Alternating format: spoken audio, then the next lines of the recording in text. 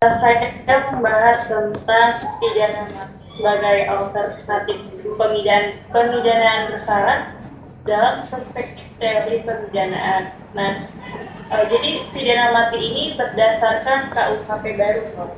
Oh. Yang mana betul sekali. Yang mana pidana mati itu termasuk ke dalam pidana pokok. Pidana pokok ya, Prof. Iya, betul. Pasal 10. Betul.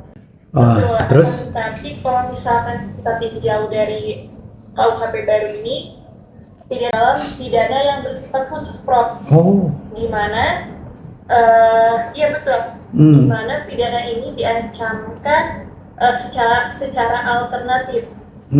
Artinya, betul. Artinya jika kita melihat dalam pasal artinya kalau misalkan kita melihat dalam pasal 100 di KUHP terbaru itu, jadi pidana alternatif itu artinya pidana mati tersebut bisa diubah menjadi pidana seumur hidup, Prof. Oh. Nah, lalu caranya itu dengan adanya masa percobaan selama 10 tahun. Nah, jika melihat dalam KUHP ini, bagaimana kita melihat bahwa si terpidana ini maksudnya bisa lulus, dia menjadi pidana seumur hidup itu bisa dilihat dari rasa penyesalan si terpidana, kemudian peran si terpidana dalam perbuatan tersebut itu seperti apa. Gitu ya. Dalam proses menunggu 10 tahun tidak bisa dieksekusi yang terpidana mati ini. Betul ya? Betul. Terus ada lagi kendalanya. Jika kita melihat angka terpidana yang mendapatkan penjatuhan pidana mati, itu saya pernah baca ya, Prof, bahwasannya eksekusi setiap orang itu berbeda-beda, Prof. Bahkan mereka ada yang menunggu sampai 11 tahun, 12 tahun, 18 tahun. Mereka belum sama sekali dieksekusi, Prof. Gitu ya? Kenapa tuh? Kan kalau eksekusi kan gampang, bawa ke tangan lapang, ikat mukanya, ikat kakinya, ikat tangannya, tembak. Kan begitu. Kendalanya di mana sih? Kendalanya? Mungkin ada pertimbangan lain, Prof. Misalkan kan, kalau misalkan kita lihat dalam segi hak asasi manusia juga, Prof. Jadi pidana mati itu kan melanggar hak asasi manusia, Prof.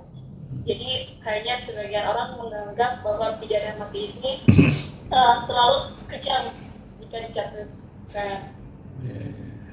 Atau gitu ya? Mungkin Prof, saya kurang tahu mengapa ada perbedaan garis tunggu itu, Prof. Oke. Ini yang kau pakai pendekatan teori apa nih?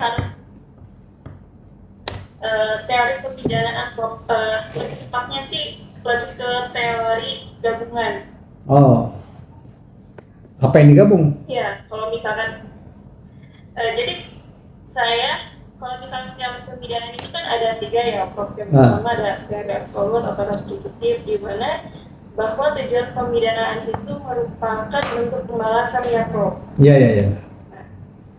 Ya, kemudian kalau misalnya kita tinjau dari segi teori utilitas atau teori kemanfaatan, mana bahwa pemidanaan ini harus memberikan manfaat bagi pelaku ataupun korban. Jika kita melihat dalam teori gabungan, di mana teori gabungan ini menjelaskan bahwa si pelaku ini harus mendapatkan antara pembalasan iya, pemanfaatannya juga iya. Jika kita melihat dalam pidana mati ini, kita bisa lihat bahwa dalam balasannya ini kita melihat dalam jangka waktu 10 tahun itu kita lihat bagaimana si terpidananya itu menerima pembalasan dari sisi teori absolutnya itu, Prof. Nah, kemudian kalau misalkan dilihat dari sisi kemanfaatan atau utilisme itu, kita lihat bahwa selain ada pembalasan juga, kita harus memberikan kesempatan kepada si pelaku untuk melakukan memperbaiki dirinya menjadi lebih baik lagi tanpa harus menghilangkan hak-hak dia sebagai manusia, seperti itu, Prof. Oke.